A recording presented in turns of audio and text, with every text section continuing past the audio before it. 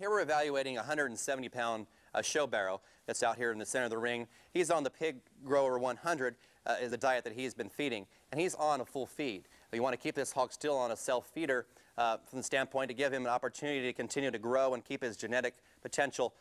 You don't want to start hand feeding him yet. He's not quite ready to hand feed yet because he still has a lot of time to grow, because he has the right body type. And the right body type of this particular hog to be able to stay on a self-feeder is he's a big frame pig in terms of being elevated in his skeletal makeup. He's long from the point of his shoulder to his hip. He's a long-sided pig, and he's still clean up through his front end. He's a unique combination because of his depth of rib he does have for being off the ground. He tells you that he's a hog that's still growing well, that's converting extremely good, and has a lot of potential in terms of growing and mature, and to be able to hit the ultimate weight of 270 pounds because he has the frame size to do it.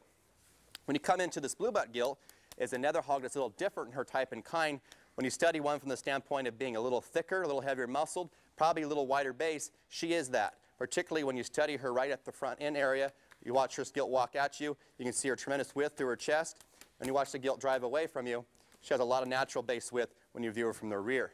So she had a combination of a lot of thickness and muscularity. She's not going to be one that's going to be big enough in her overall framework, like our barrow is, to be 270 pounds. She's going to be a nice 250 to 260 pound hog for the frame size she does have.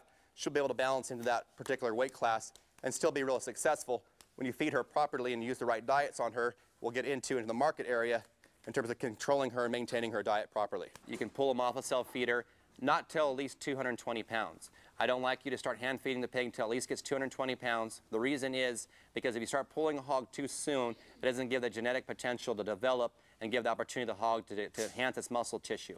If you start studying the pig at a younger age, for an example, you start hand feeding your pig at 100 pounds, it'll never give you an opportunity for that pig to develop the genetic potential.